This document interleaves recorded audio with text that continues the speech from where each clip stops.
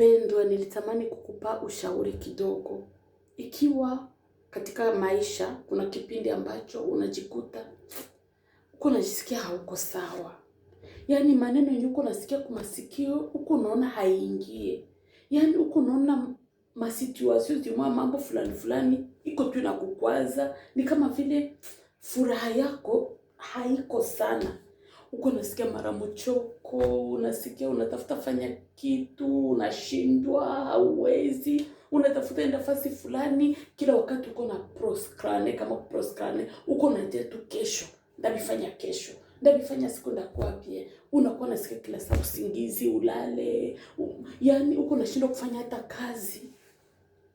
Nitafuta kukushauria, wakati unafika kipindi kama hicho, ni vema ukwenda kamata muda wa kunyamaza kimya. Usiwe unasema sema.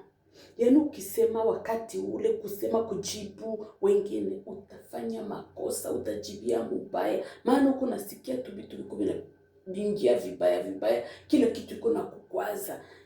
Sasa vile mwanamke mmoja mwenye viko mimba, wala mwanamke wakati anakaribia magonjwa ya mwezi, mahormoni zinakosa vile zinapanda.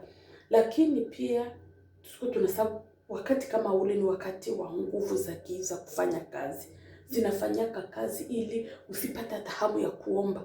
Unaingia mkitanda unasema utaomba na njoo unalala. Unatafuta sema uombe wapi? Uje kama ni mataki ya mingi ya nguvu za giza.